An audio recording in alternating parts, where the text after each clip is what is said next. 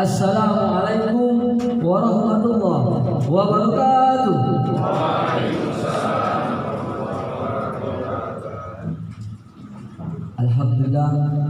Alhamdulillahirabbil alamin. Wassalatu wassalamu ala asrofil anbiya'i wal mursalin wa ala alihi washabbihi ajmain. Bersyukur kita kepada Allah Subhanahu wa taala karena masih diberikan kepada kita begitu banyak nikmat.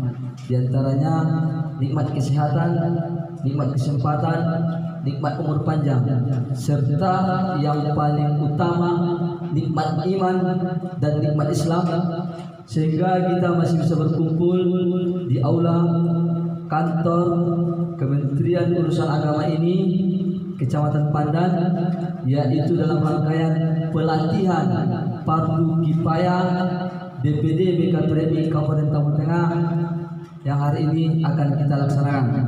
Salat dan salam terbang kita hadirkan ke arwah junjungan Nabi Muhammad sallallahu alaihi wasallam. Allahumma sholli ala sayyidina Muhammad wa ala ali sayyidina Muhammad, karena sampainya kita harap demi akhir nantinya. Yang terhormat Pak Kepala Kantor Urusan Agama, yaitu Bapak Ahmad Putra Tanjung SHI, yang telah memberikan support untuk acara yaitu tempat ini. Yang kami hormati ayahanda kami mewakili dari Ketua MUI Kabupaten Tambun Tengah, ayahanda Dr. Andus Ali Rusdi Nasution. Selanjutnya yang terhormat juga kepada ayahanda kami Ketua Penasehat DPD BKPRMI Kabupaten Tambun Tengah, ayahanda Abdul Rahman Sibuya. Yang terhormat juga kepada Ustaz kami Didin Wahidin yang akan menjadi pemateri nantinya. Selamat datang Ustaz. Juga yang terhormat kami sampaikan kepada pengurus DPD berhadir di depan kita, ada Sekum DPD BKPRMI Kabupaten Tambun Tengah yang juga Ketua DPK BKPRMI Kecamatan Pinang Sori, Akhina Saputra Wandi JA. Selanjutnya juga hadir juga di tengah kita Bendahara Umum DPD BKPRMI Kabupaten Tambun Tengah, Al Ustaz Muhammad Sabtono SB, yang juga merupakan Ketua DPK BKPRMI Kecamatan Sibabangun. Yang terhormat juga seluruh ketua-ketua DPK yang berhadir pada saat ini, dan yang sangat saya banggakan dan yang sangat saya sayangi seluruh panitia dan seluruh peserta yang berhadir pada pagi menjelang siang yang sangat berbahagia ini. Alhamdulillahirabbil alamin, arrahmanir rahim, maliki yaumiddin, iyyaka na'budu wa iyyaka nasta'in, ihdinas siratal mustaqim, siratal ladzina an'amta 'alaihim ghairil maghdubi 'alaihim waladdallin. A'udzu billahi minasyaitonir rajim. Bismillahirrahmanirrahim. Hamdan syakirin, hamdan hamidin, hamdan na'imin, hamdan jafi'an lillahi fadila ya rabbana lakal hamdu kama yanbaghi li jalali wajhikal karim wa 'azimi sultanik. Allahumma shalli ala sayyidina Muhammadin fil awwalin wa salli wa sallim wa barik ala sayyidina Muhammadin fil akhirin wa salli wa sallim wa barik ala sayyidina Muhammadin fil nabiyyin wal mursalin wa salli wa sallim wa barik ala sayyidina Muhammadin fil mala'il a'la ila yaumiddin. Allahumma rabbana zalamna anfusana wa in lam taghfir lana wa tarhamna lanakunanna minal khasirin. Allahumma ighfir lana dhunubana wa liwalidayna warhamhuma kama rabbayana shaghira wal jami'il muslimina wal muslimat wal mu'minina wal mu'minat al ahya'u minhum wal amwat innaka ala kulli syai'in qadir. Rabbana atina fid dunya hasanatan wa fil akhirati hasanatan wa qina adzaban nar. وصلى الله على سيدنا محمد وعلى آله وصحبه أجمعين بفضلك سبحان ربك رب العزة عما يصفون وسلام على المرسلين والحمد لله رب العالمين. Assalamualaikum warahmatullahi wabarakatuh. Sambil menikmati snacknya, sambil minum, sambil berjalan, karena waktu cuma 1 jam. Kita azan zuhur jam 12:30. Sebelum 12:30 materi sudah selesai. Pada zuhur dilanjutkan dengan praktek oleh ustaz yang lain. Oleh karenanya materi kita hanya tersisa waktu lebih kurang 50 menit saja.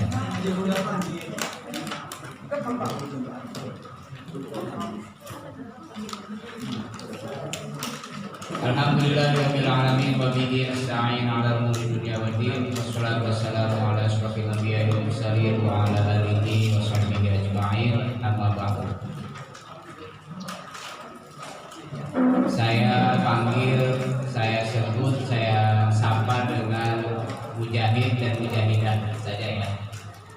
Mujahid, mujahidah sekalian. Bahasa Arabnya tajhizul janazah. Tajhizul janazah.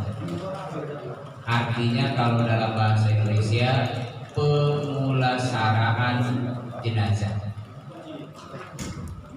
Arti yang benar sebetulnya bukan fardu kifayah. Karena fardu kifayah itu hukumnya. Yang hukumnya fardu kifayah bukan hanya ngurus jenazah.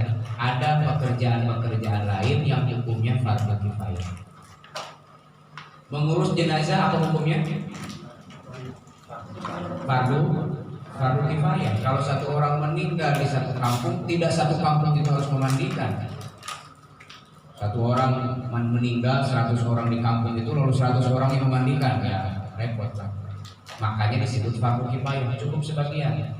Dari 100 orang itu cukup 3 atau 4 orang yang memandikan, sudah selesai.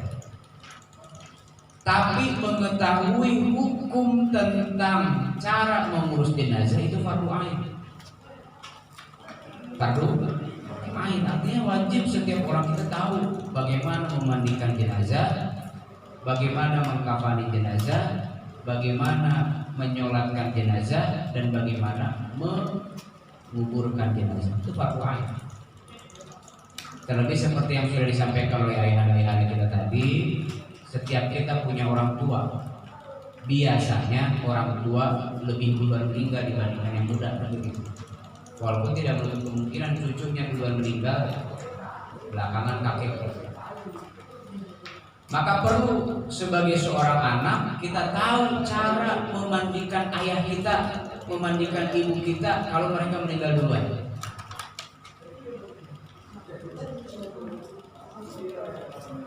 PR besar bagi kita, mujahidah, mujahid sekalian. Ketika orang tua kita meninggal yang memandikan orang lain, itu aib bagi kita sebagai seorang anak.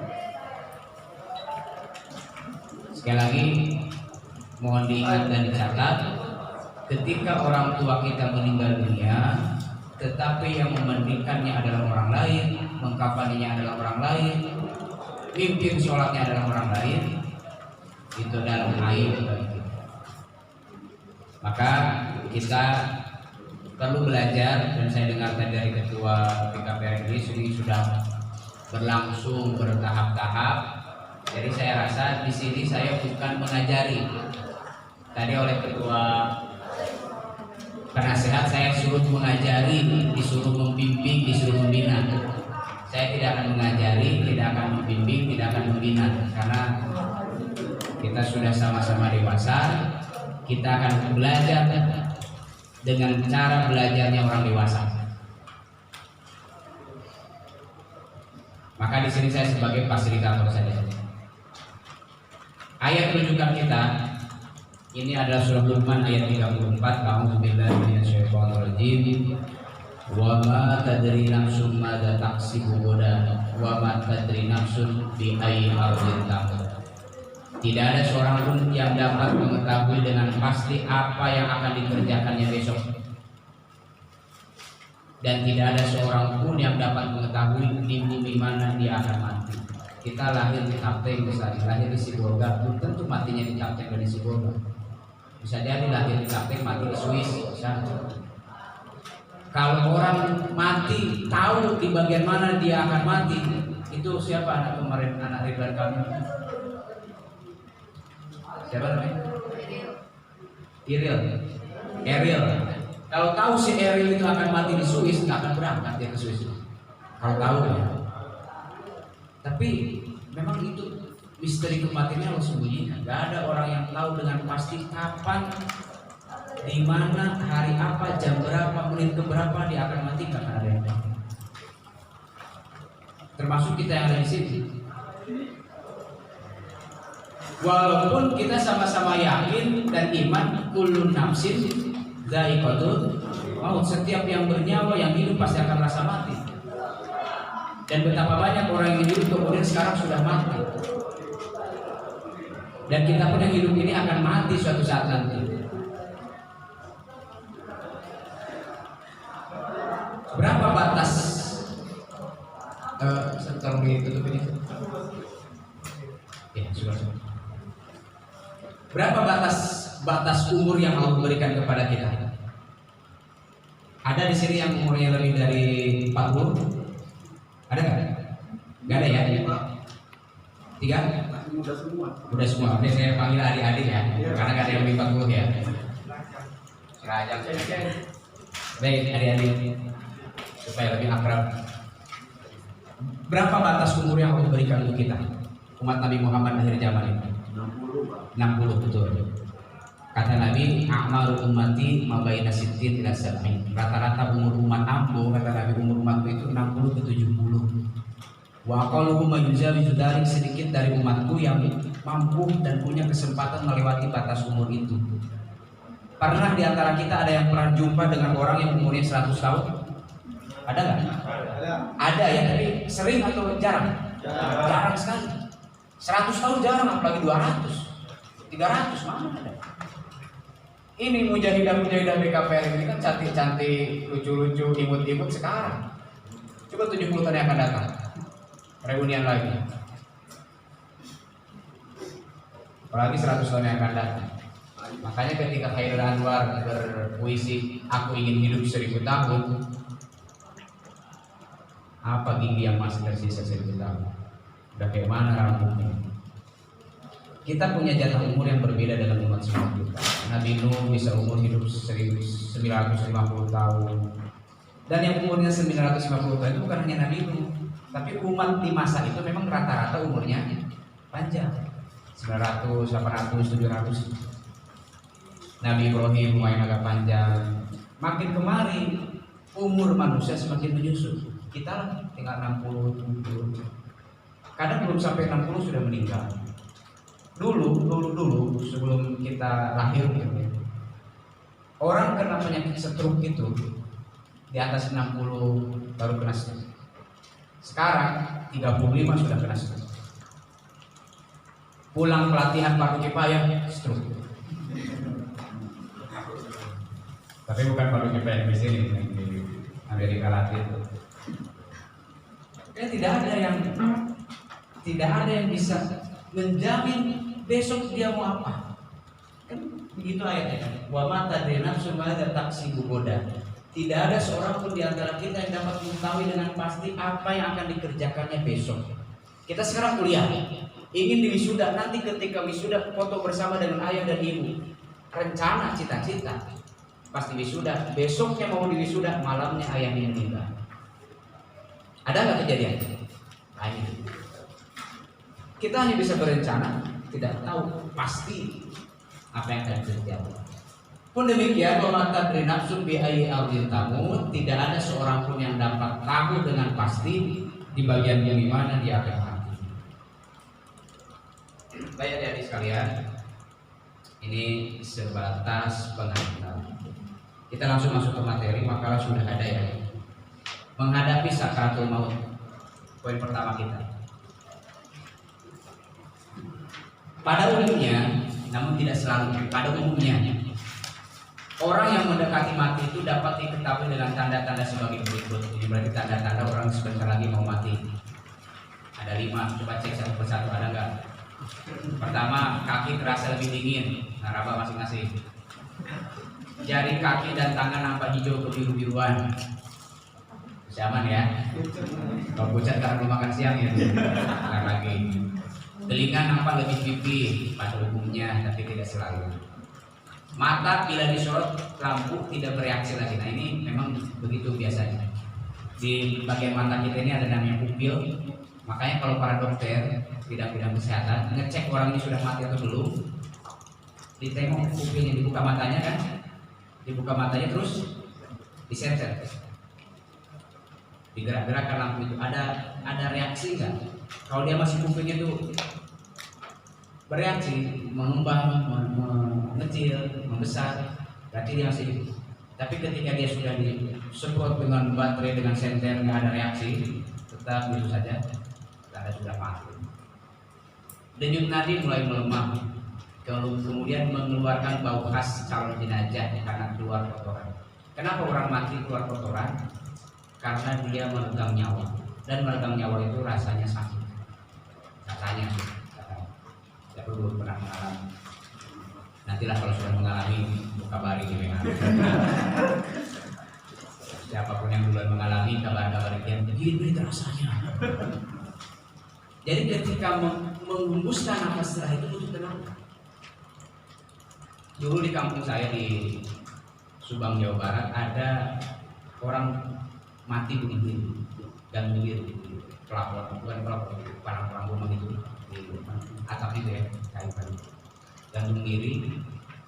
Ketika gantung diri, bayangan kita kan tergantung kakinya dia. Jangan kita pikir di bawah lantai tempat dia tergantung itu akan bersih. Ternyata kotor dengan kotoran yang keluar dari badannya.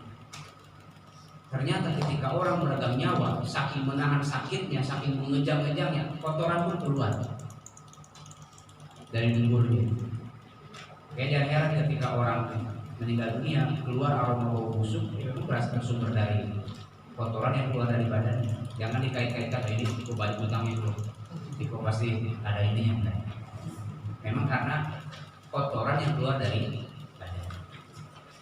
Demikian juga kalau kita lihat penyembelihan binatang kurban, misalkan kurban bentar lagi, ketika kerbau atau sapi disembelih, saking sakitnya kadang dia mengeluarkan kotoran. Kadang dia buang yang kecil, kadang buang yang besar. Demikian sakit. Ini tanda-tanda atau pada umumnya terjadi ketika orang mendekati sakaratul maut. Menghadapi orang yang sedang sakaratul maut, nah ini kewajiban kita yang masih hidup.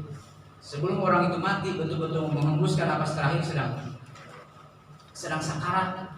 Ada di sini yang pernah menghadapi orang yang sedang sakarat sampai menghembuskan napas terakhir? Ada? Coba angkat tangan. Satu lagi, ada lagi? 2, 3. Yang menjadi dar belum pernah? Berapa kali Ustaz? 3 Ustaz. 3 kali. Ini berapa? 4 kali. 2. Bagi yang sudah pernah akan tahu bagaimana hembusan napas terakhir itu. Bagi yang pernah, apalagi yang meninggal itu berada di pangkuannya ya, yang disebut dengan hembusan napas terakhir itu lebih panjang.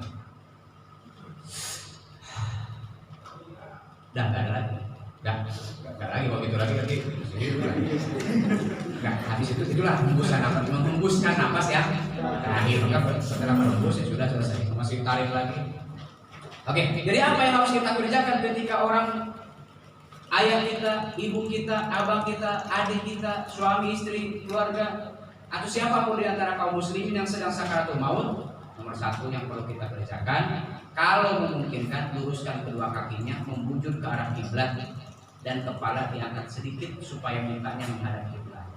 Kalau itu kiblat, ya, maka kepala yang kita taruh di sini angkat sedikit pakai bantal.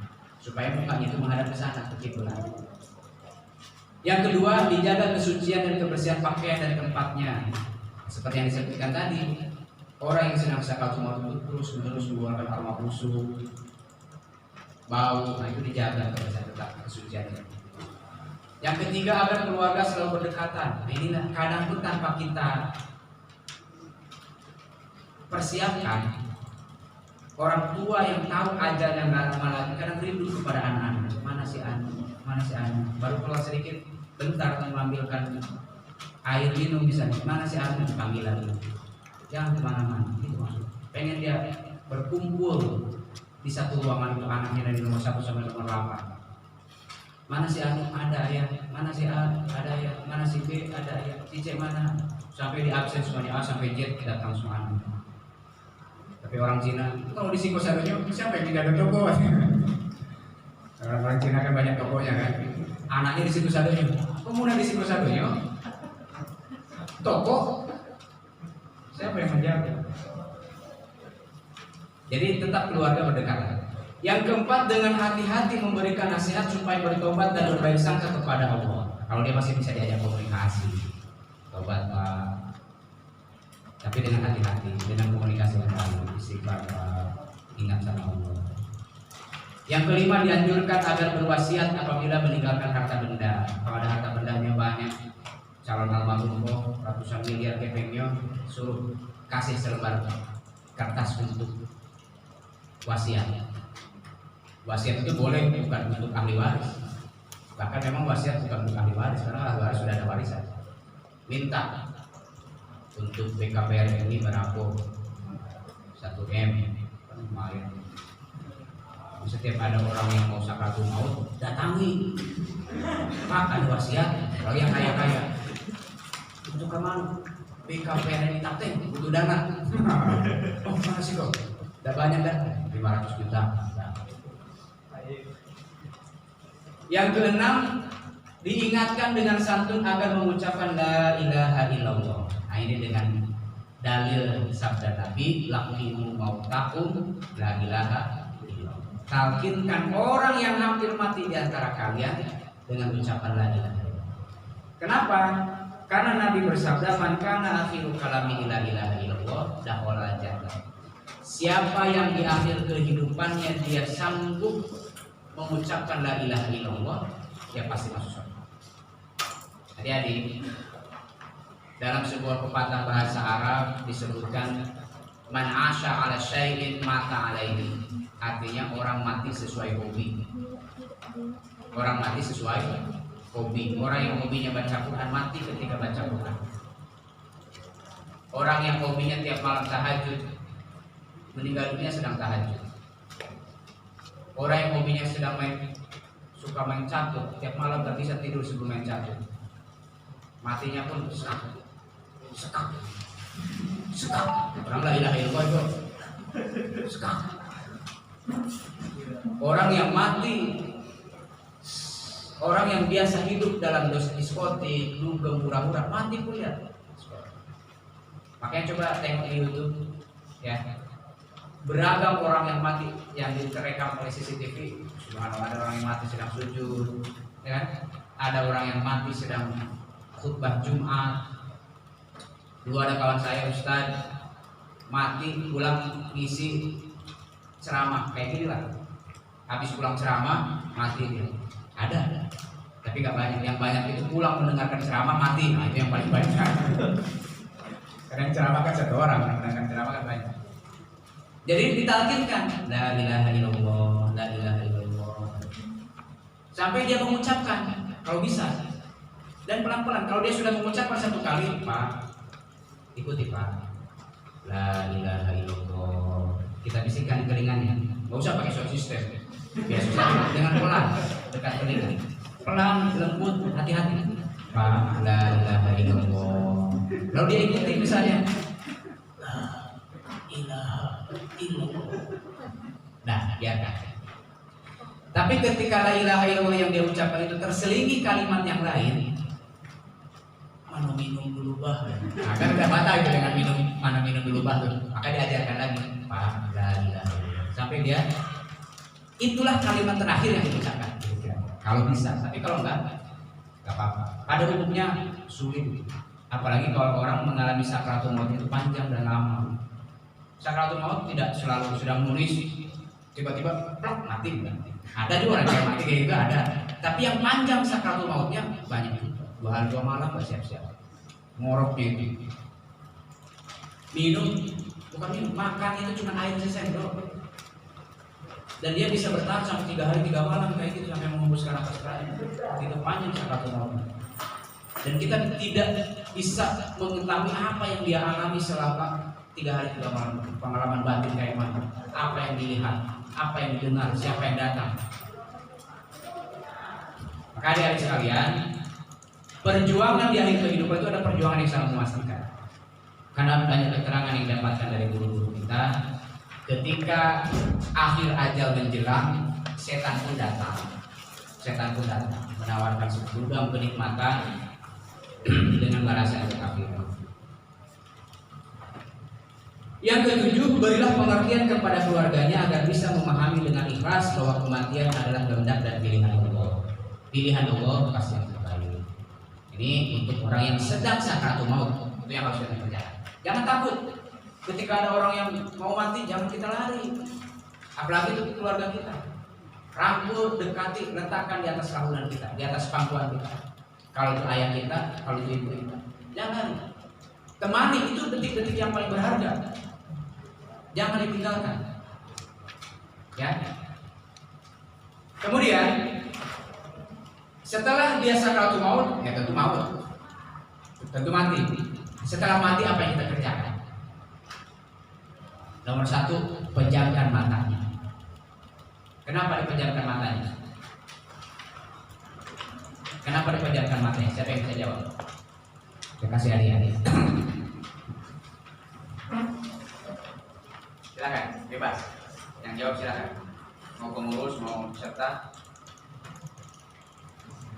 Kenapa orang yang baru mati harus dipejamkan matanya? Tidur selamanya, Pak. Kenapa? Karena biar kayak orang tidur selamanya, Pak. Biar kayak orang tidur selamanya, Pak. Kurang pas. Kurang saya. Kurang pas. Udah pas itu, tapi sedikit lagi pas. Ada lagi? Kenapa orang yang mati dipejamkan matanya?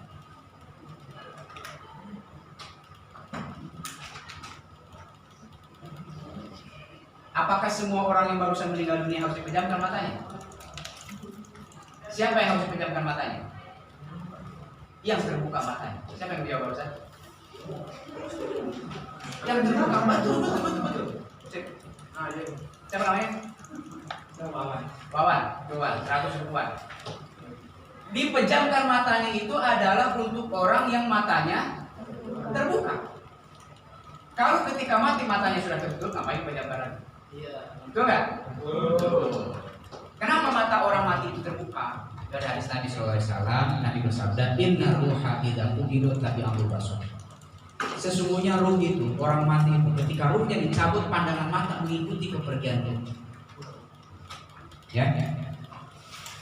Inna ruha idza qubida tabi'ahu basar. Sesungguhnya ruh itu, ketika dicabut, pandangan mata mengikuti. Makanya ruh dicabut dari arah mana? Dari arah kaki atau dari arah kepala? Ubun-ubun ya, kepala. Ruh dicabut terakhir dari sini. Dipukuli sudah dari bawah, dari betis, dari punggung, dari dipukuli oleh malaikat. Kalau yang kurang maksiat. Dipukuli sejak dari bawah, udah sampai di ubun-ubun, itulah tugas Israel. Jadi Israel nggak dari bawah. Malaikat maut yang datang untuk mencabut nyawa itu nggak satu orang, tapi berombongan. Dalam Al-Quran disebutkan yauma yukshafu anka ghita'u. Ketika detik-detik menjelang kematian, tirai-tirai kegaiban itu sudah nampak di mata kita. Sekarang bisa nggak melihat munkar nakir? Nggak ya. Bisa melihat raqib atid di kiri kanan kita? Tidak. Bisa melihat malaikat maut yang berputar-putar di kota Pandan? Nggak bisa. Tapi nanti menjelang kita mati, itu semuanya nampak. Kita sudah bisa mulai melihat jin. Kita sudah mulai bisa melihat malaikat, kita sudah bisa mulai melihat Israil dan seterusnya. Menjelang mati. Mau melihat Israil? Cepat-cepatlah. Terus ternyata berombongan dari bawah, ajudan-ajudannya lah yang mengumpul-ngumpul itu, asisten-asistennya. Nanti udah sampai ke ujung, itu baru Hijrul punya tugas. Cabut dari atas, maka tabi'ahul basar, pandangan mata mengikuti. Makanya orang mati, bola matanya ke atas. Gak ada yang mati ke bawah, apanya kan? Pandangan terbelalalah dia ke atas. Nah, disitulah perlu dipejamkan. Pejamkan. Tapi ini perlu dipastikan yang dipejamkan matanya ini yang betul-betul sudah meninggal dunia. Ada juga orang yang ngorok di depan TV, bapak-bapak, tapi macam yang baik. Yang kedua, katupkan mulutnya.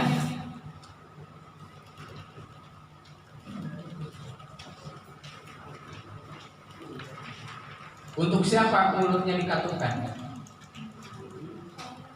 Orang meninggal yang kayak mana? Tadi yang kayak tadi kasih jawaban. Yang terbuka mulutnya. Enggak semua orang mati ternganga mulutnya. Ada yang masuk tertutup.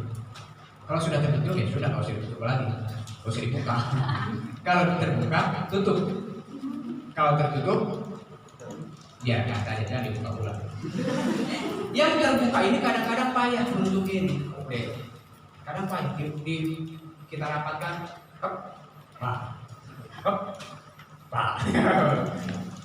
maka perlu diikat. Nah kalau perlu dibantu dengan tali dari kain, ya, diikat melingkar dari dagu, pipi, pelipis sampai ke bulu. Diikat makanya dengan kain, pelan-pelan ikatnya, dosok.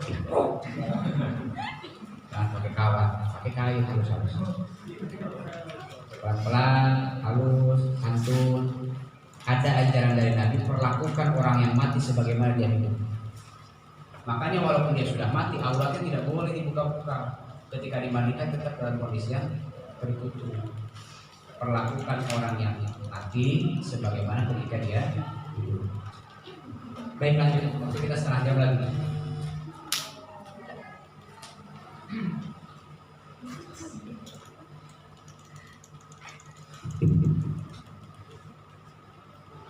Lemaskan tangan dan kakinya. Letakkan kedua tangan sedekap di atas dadanya dan diikat kedua telapak tangannya. Kalau memungkinkan, ya seperti biasa dia dihadapkan dia ke kiblat, beginikan, macam kita sedekap untuk sholat. Kalau balik lagi, udah diginikan, balik. Ginikan lagi, balik lagi. Ginikan lagi, balik. Biasanya enggak ya, kalau baru meninggal awal-awal langsung. Kalau agak ada mayit kok, nah, baru diikat. Luruskan kedua kakinya dengan diikat pergelangan kaki dan kedua ibu jarinya. Ujung-ujung kaki itu diikat. Dibujurkan tubuhnya menghadap kiblat, tutup seluruh tubuhnya dari kepala wajah sampai ujung kaki. Jangan dibiarkan mayit kalau sudah meninggal dunia terbuka begitu saja. Ditutup dengan kain yang baik. Jangan pula pakai baliho bekas pelatihan. Pakai kain yang baik. Kemudian ucapan kalimat tarjih. Nah, kalimat tarjih itu innalillahi wa inna ilaihi raji'un disambung dengan doa kalau di ahli musibah, Allahumma ajirni fi musibati wa akhlifni khairan minha. Kemudian membaca doa ketika orang baru meninggal dunia. Nah ini doa ketika orang baru meninggal dunia kan sudah banyak saja di kampung-kampung di yang kota-kota di Padang pada umumnya begitu mayat sampai ke rumah dari rumah sakit atau baru meninggal dunia di rumah biasanya dipanggil Ustaz tolong doakan saya baru meninggal gitu ya. Sebetulnya doanya itu gak panjang-panjang ini saja. Makanya kita jangan dibebani dengan doa setelan Ustaz. Doa setelan Ustaz pasti panjang-panjang, akhirnya kita menyerah tidak mau mendoakan orang tua. Kita harus hafal. Begitu ayah kita meninggal, begitu ibu kita meninggal, tidak usah panggil imam. Tidak usah panggil ustaz di masjid. Tidak usah panggil ketua-ketua kampung. Kamu yang tagak mendoakan. Apa doanya? Pendek-pendek saja.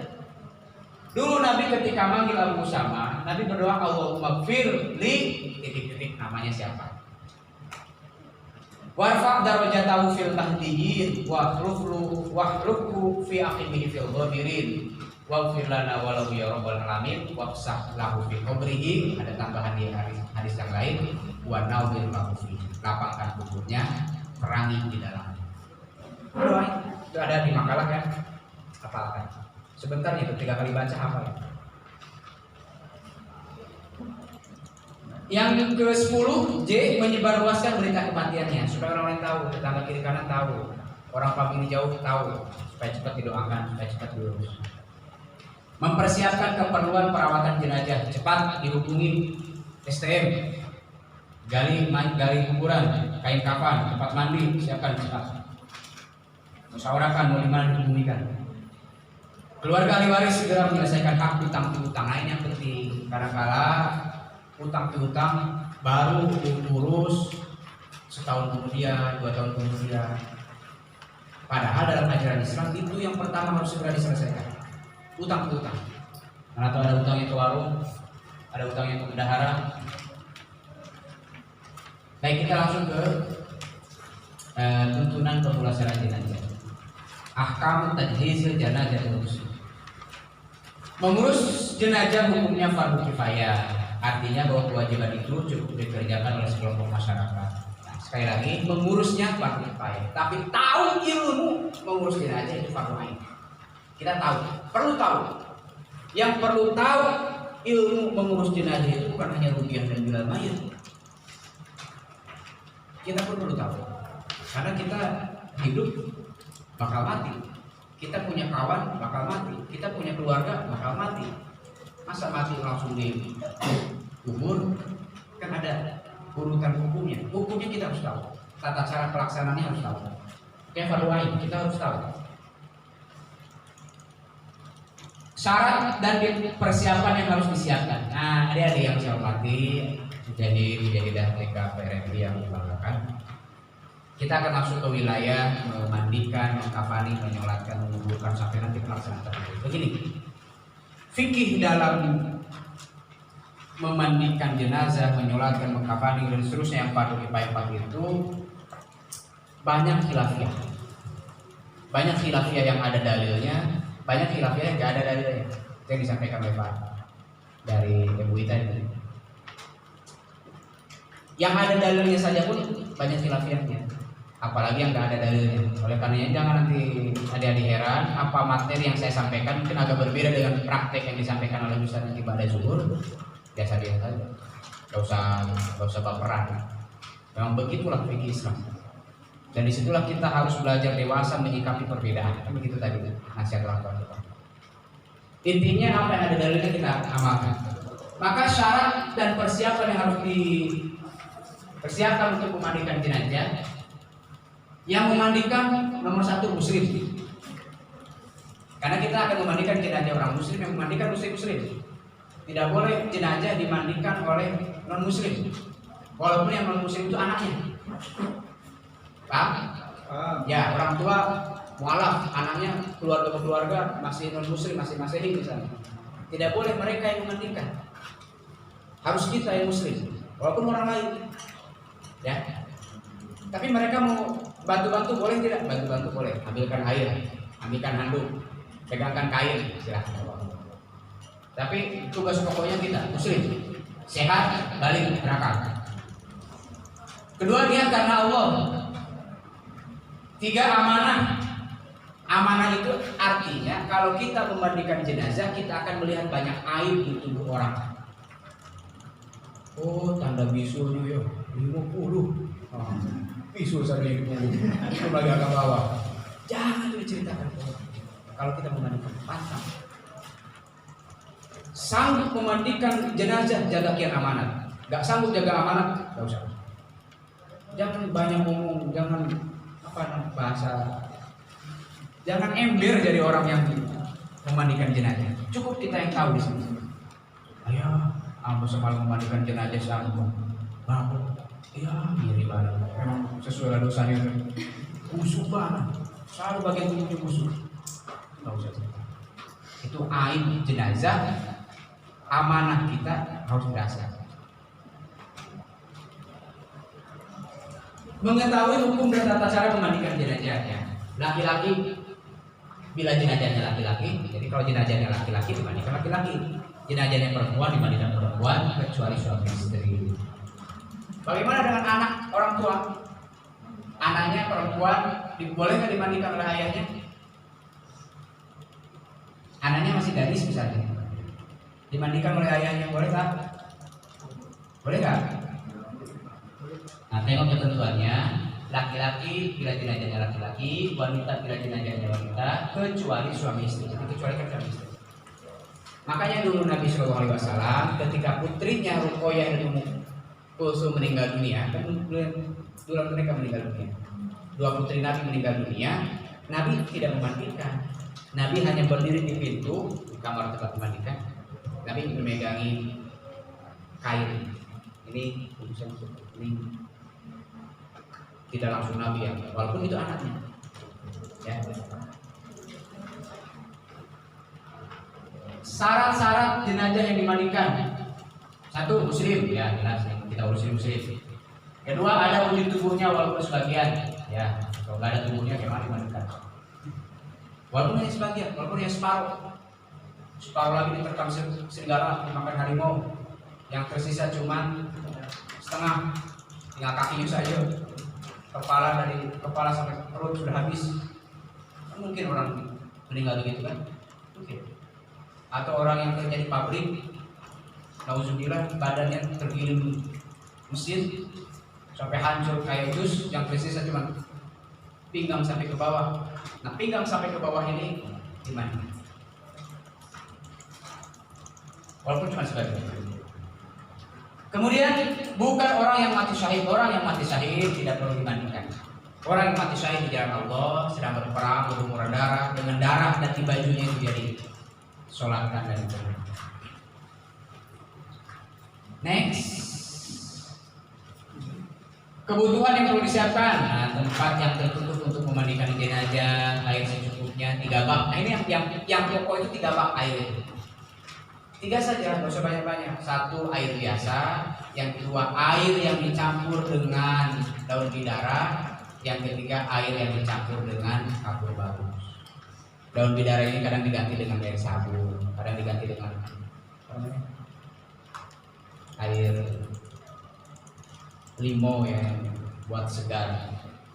Kalau ada daun bidara. Kemudian handuk untuk membersihkan, mengelap sampai kering, kain kering untuk mengganti kain yang basah, tempat tidur atau sejenisnya yang digunakan untuk membaringkan jenazah saat dimandikan. Biasanya ada tempatnya, tempat itu disediakan. Kalau nggak ada tempatnya, pakai meja. Kalau nggak ada meja, ya dengan duduk di atas lutut itulah jenazah diletakkan. Pelaksanaan memandikan jenazah. Adik-adik, memandikan jenazah ini nggak teoritis, dia harus praktek. Kita paham dengan praktek dan terbiasa dengan membiasakan diri. Makanya sering-sering memandikan jenazah. Ada yang pernah memandikan jenazah? Pernah semuanya? Pernah ya? Ada yang belum pernah? Ada yang belum pernah memandikan jenazah?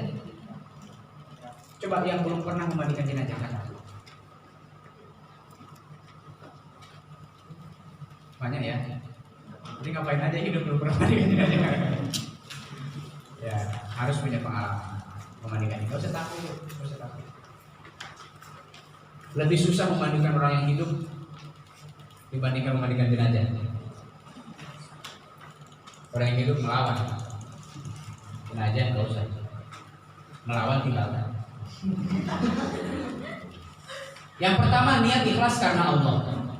Yang kedua, jenazah diangkat dan diletakkan pada tempat yang telah disiapkan dengan posisi menghadap kiblat. Ini kalau memungkinkan. Menghadap kiblat tidak wajib. Kalau memungkinkan. Kalau dapurnya panjangnya ke sana, ya benar itu. Kalau tempat yang tertutup itu panjangnya justru menentang kiblat, tidak apa-apa. Kalau memungkinkan, lapang dia tempatnya, laksanakan. Kalau tidak memungkinkan, nggak apa-apa. Bukan satu kewajiban, harus saja.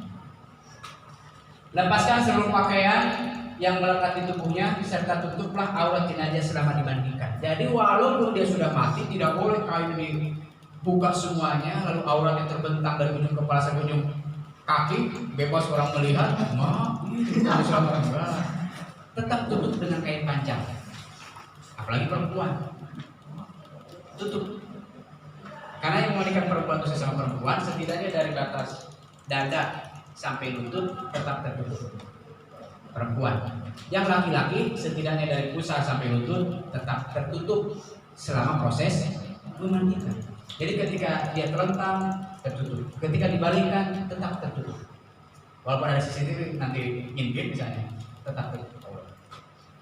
Karena patokannya yang tadi itu, perlakukan orang yang mati sebagaimana ketika dia sedang. Kalau ketika hidup dia malu.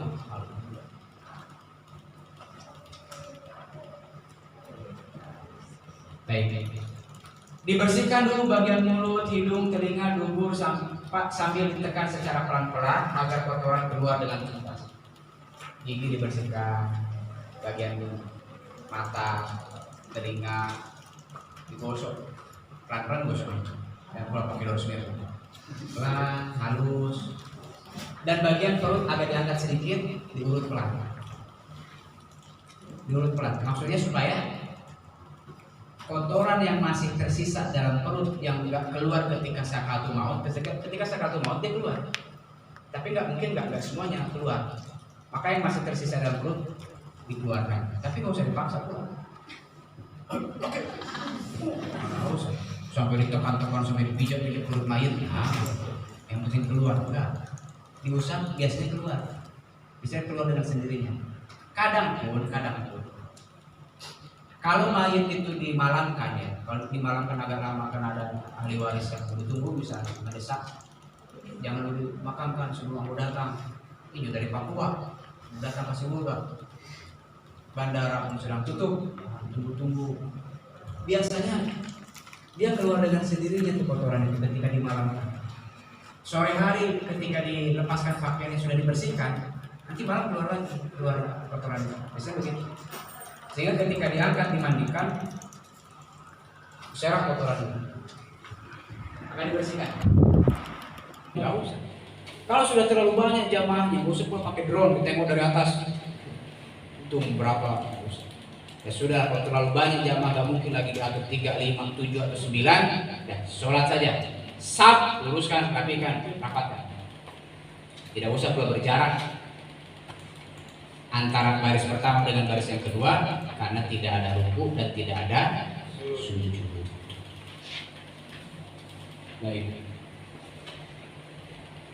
Sholat jenazah dilakukan dengan 4 kali takbir, diakhiri dengan salam tanpa ruku tanpa sujud. Jadi di takbir yang pertama apa yang dibaca? Al-Fatihah. Di takbir yang kedua sholawat. Di takbir yang ketiga Allahumma ighfir lahu. Di takbir yang keempat apa yang biasanya? Allahumma la tahrimna. Yang pendek ya. Nah, kalau yang bacanya agak lengkap dan panjang dan ada di makalah itu. Di takbir pertama kita baca Al-Fatihah. Pertanyaannya, apakah baca iftitah? Wajah Allah Akbar kabiru dibaca? Allahumma baini dibaca? Tidak. Dalam sholat sunat fardu kifayah, sholat jenazah, Allahu Akbar, Al-Fatihah. Ya, tidak usah dulu iftitah. Kemudian takbir lagi, masuk ke takbir yang kedua. Selesai membaca Al-Fatihah, kita takbir Allahu Akbar sambil mengangkat tangan. Bacalah sholawat. Allahumma sholli ala Muhammad wa ala ali Muhammad kama shallaita ala Ibrahim wa ala ali Ibrahim wa barik ala Muhammad wa ala ali Muhammad kama barakta ala Ibrahim wa ala ali Ibrahim fil alamin innaka Hamidum Majid. Takbir yang ketiga, selesai baca sholawat kita takbir lagi, angkat tangan lagi, Allahu Akbar. Mulailah baca doa untuk jenazah. Doanya ada di makalah. Adik-adik pulang dari sini hafalkan. Gak banyak ya, nggak banyak makan waktu. 3 kali baca hafal. Allahumma ighfir lahu warhamhu wa'afihi wa'fu wa'fu bizulahu wasi'ahu qalahu wasi'ahu biman wasi'ahu. Banyak variasi nanti doanya. Jadi jangan, gak usah heran. Karena memang dalam hadisnya pun ada beberapa perbedaan. Teks doa sholat jenazah. Ya. Takbir yang keempat. Selesai takbir yang ketiga, kita Allahu Akbar. Takbir yang keempat lalu membaca doa Allahumma ighfir li hayyina wa mayyitina wa saghirina wa kabirina wa dzakirina wa unthana wa syahidina wa ghaibina. Allahumma man ahyahu minna fa ahyihis iman wa man taqaddama minna kutubal Islam. Kalau anak disuruh mendoakan jenazah ayah kita selepas pengubumian, jangan mundur. Bawa tuh makalah itu, baca teksnya, gak apa-apa, belajar. Tapi nanti hafalkan, gak usah panjang-panjang, ini aja. Yang pertama tentulah hamdalah, sholawat tentu orang berdoa kan begitu. Baca doa ini, akhiri sholat tadi udah selesai, alhamdulillahirabbil alamin. Gak usah panjang-panjang. Yang panjang-panjang itu memberatkan sehingga yang bisa hanya ustaz, yang bisa hanya imam-imam masjid. Kalau saya tidak, yang pendek-pendek saja sehingga semua orang bisa. Kalau dibiasakan yang panjang-panjang, yang bisa cuma ustaz, kita jadi ngeper lah, mundur. Ustaz biasanya sekali berdoa setiap kuburan setengah jam, kadang 45 menit doanya entah apa saja pun didoakan. Robana hablana min ajwajina pun disitu dibaca. Doa tawa pun disitu dibaca. Doa masuk lubang pun disitu dibaca. Doa pindah rumah itu yang dibaca, doa mati itu yang dibaca, doa anak lahir itu yang dibaca, itu juga supaya panjang. Padahal yang simpel ini aja udah. Puji Allah, baca sholawat, masuk doa, selesai sholawat tadi, alhamdulillah selesai. Kenapa pendek dibuat Ustaz? Supaya kita bisa. Bagaimana kalau yang panjang? Syukur kalau yang panjang bisa, alhamdulillah. Kalau enggak, minimal yang pendek. Yang penting, ketika orang tua kita meninggal, jangan mundur. Jangan mundur, jangan serahkan kepada orang lain. Kita lah, menjadi dekat dia. Perhatian, wanita tidak diperkenankan mengikuti penguburan. Haram? Tidak. Makruh hukumnya. Sebaiknya tidak. Setelah jenazah dikuburkan, pelayan tidak boleh duduk sebelum jenazah diletakkan. Ini sudah dibahas tadi. Jika sampai di penggalian yang lahat, ini juga sudah. Bla sudah. Jika masuk dalam kuburan, perjalanan di antara kubur dan melepas kaos kaki. Ya. Nah ini yang ditunggu-tunggu dari tadi. Selesai? Alhamdulillah. Ini yang dapat saya sampaikan. Ada pertanyaan? 1, 2, 3, cukup. Alhamdulillahirabbil alamin. Ada pertanyaan kan? Nggak ada. Demikian yang dapat saya sampaikan, mudah-mudahan bermanfaat. Allah Subhanahu wa taala memberkahi acara kita ini.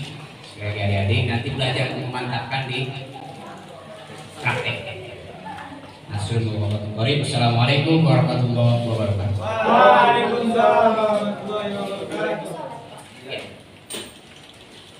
Terima kasih sudah menonton. Mohon maaf atas kesalahan dan pengunggahan. Semoga video ini dapat bermanfaat. Amin ya robbal alamin.